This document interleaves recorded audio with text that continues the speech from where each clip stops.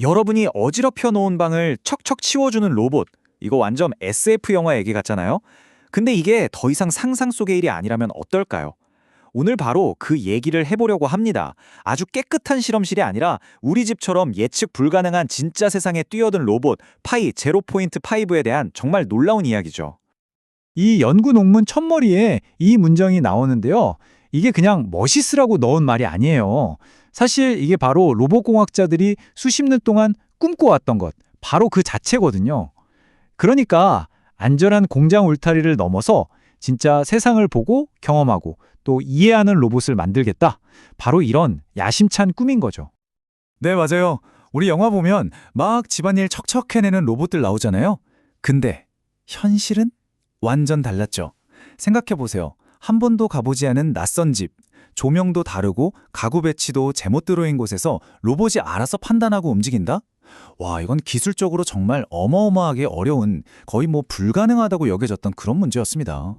자, 바로 이 지점에서 이야기가 확 재밌어집니다. 도대체 뭘 어떻게 했길래 이 오래된 숙제를 풀 수 있었을까요? 어떤 기발한 아이디어가 이 SF 영화 같은 상상을 현실로 만들어낸 걸까요? 지금부터 그 비밀을 같이 한번 파헤쳐 보겠습니다. 네, 그럼 문제의 핵심으로 바로 들어가 보죠. 모든 어려움의 시작점에는 일반화라는 아주 거대한 벽이 있었어요.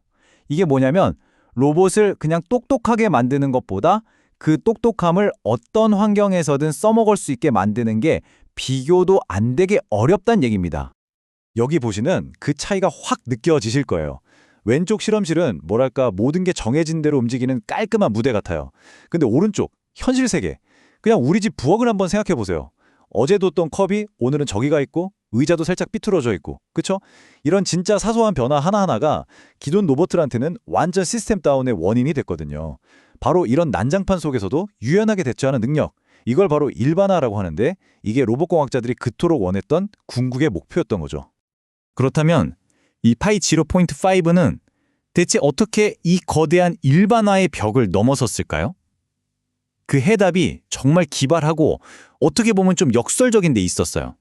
뭐냐면 로봇을 가르치는 그 학습 방식 자체를 그냥 완전히 뒤집어 버린 겁니다.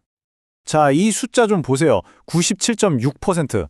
와, 진짜 놀랍지 않아요? 이 로봇을 훈련시킨 데이터의 거의 대부분이 로봇이 진짜 해야 할 일, 그러니까 집 청소랑은 직접적인 관련이 없는 데이터였다는 거예요. 아니, 잠깐만요. 청소 로봇을 가르치는데 정작 청소하는 데이터는 거의 안 썼다고요? 이게 대체 무슨 말일까요? 바로 이 차트가 그 비밀을 풀어줍니다. 이 로봇은요, 한 우물만 파지 않았어요. 마치 우리 사람들이랑 비슷해요. 인터넷에 있는 온갖 글이랑 질문 답변을 읽으면서 세상 돌아가는 걸 배우고 자기랑은 완전 다른 로봇들이 일하는 걸 보면서 간접 경험을 한 거죠. 진짜 자기가 해야 할 일에 대한 데이터는 고작 2.4%밖에 안 됐어요. 그러니까 한 가지 기술만 죽어라 판 게 아니라 세상에 대한 폭넓은 교양 수업을 들은 셈입니다. 연구자들은 이런 학습법을 공동훈련, 그러니까 코트레이닝이라고 불러요. 핵심은 진짜 간단해요. 하나의 기술만 배우는 게 아니라 웹데이터, 다른 로봇의 경험, 이런 온갖 종류의 지식을 한데 섞어서 같이 훈련시키는 거죠. 어떻게 보면 되게 잡다해 보이잖아요. 근데 이 지식 부패가 오히려 로봇한테 어떤 상황에서도 대처할 수 있는 유연성을 길러준 진짜 비밀 무기였던 겁니다. 자, 그럼 이렇게 똑똑해진 로봇은 실제로 일을 할 때 어떻게 생각하고 움직일까요?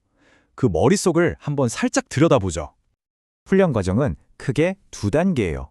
첫 번째, 사전 훈련. 이때는 진짜 온갖 데이터를 다 배우면서 세상에 대한 넓고 얕은, 그러니까 교양 지식 같은 걸 쌓는 거예요. 그리고 두 번째, 사후 훈련.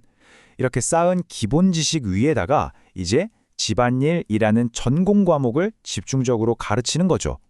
박학다식한 교양인을 특정 분야의 전문가로 만드는 과정이라고 생각하시면 쉽습니다. 실제로 임무를 수행할 때 생각하는 방식도 되게 재밌어요.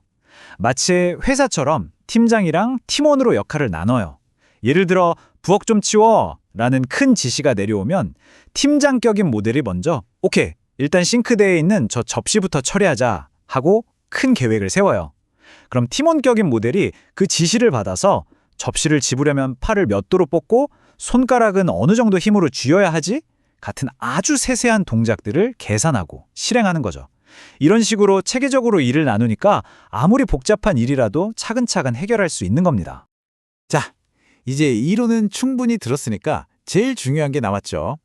그래서 진짜 잘 돼 하는 거예요. 과연 이 새로운 방법이 실제로 얼마나 효과가 있었는지 바로 결과로 한번 확인해 보겠습니다. 이 그래프가 아주 중요한 걸 보여줍니다.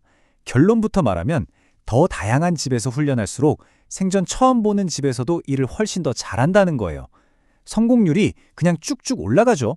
결국 로봇한테 필요했던 건 똑같은 일을 100번 하는 반복 훈련이 아니라 여러 가지를 겪어보는 경험의 다양성이었다는 게 여기서 딱 증명되는 겁니다. 그리고 아까 말했던 공동훈련의 힘이 여기서 제대로 드러나요. 모든 데이터를 다 썼을 때랑 비교해서 다른 로봇의 데이터만 쏙 뺐더니 성능이 확 떨어지는 거 보이시죠? 이게 뭘 의미하냐면요. 나랑 상관없어 보이는 다른 사람의 경험을 보는 것만으로도 내 문제 해결 능력이 올라간다는 거예요. 우리도 그렇잖아요. 정말 흥미로운 결과죠? 이전 모델인 파이제로랑 비교하면 차이가 더 확실해져요. 파이제로는 오직 자기가 직접 해본 경험, 그러니까 로봇의 실제 동작 데이터로만 배웠어요. 그런데 파이제로 포인트 5는 거기에다가 웹데이터 같은 엄청난 양의 간접 지식을 공동훈련이라는 방법으로 추가한 거죠. 바로 이 작은 차이가 그냥 시키는 일만 하는 로봇과 세상을 이해하는 로봇을 가르는 결정적인 차이를 만들어낸 겁니다. 자, 그럼 이 모든 걸 종합해보면 이 파이제로 포인트 5의 등장은 우리에게 어떤 의미가 있을까요? 이건 단순히 청소 잘하는 로봇이 나왔다. 이 정도의 이야기가 아닙니다. 훨씬 더 큰 의미가 있죠. 오늘 이야기의 핵심을 딱 3가지로 정리해 볼게요. 이 로봇이 왜 게임 체인저라고 불리냐면, 첫째, 처음 보는 집에서도 10분 넘게 걸리는 복잡한 일을 해내는 진짜 일반화를 해냈다는 점. 둘째, 자기가 직접 안 해본 것도 인터넷이나 다른 로봇을 보고 배우는 지식 이전에 성공했다는 점. 그리고 마지막 셋째, 큰 목표를 작은 일로 똑똑하게 나눠서 해결하는 계층적 추론이 가능하다는 점입니다. 이 모든 건 로봇이 이제 단순히 움직이는 기계를 넘어서 생각하는 존재가 되어가고 있다는 아주 강력한 신호예요. 생각해보면 지난 수십 년 동안 우리는 로봇한테 우리 세상을 가르치려고 정말 애를 많이 썼어요. 그런데 이제 드디어 로봇이 우리의 이 복잡하고 정신없는 세상을 스스로 배우기 시작했습니다. 그럼 여기서 이런 질문을 한번 던져볼 수 있지 않을까요? 우리 세상을 배우는 로봇을 보면서 역으로 우리는 우리 자신에 대해 그리고 우리가 사는 이 세상에 대해 무엇을 새롭게 발견하게 될까요? 어쩌면 그 답을 찾아가는 여정은 이제 막 시작된 건지도 모릅니다.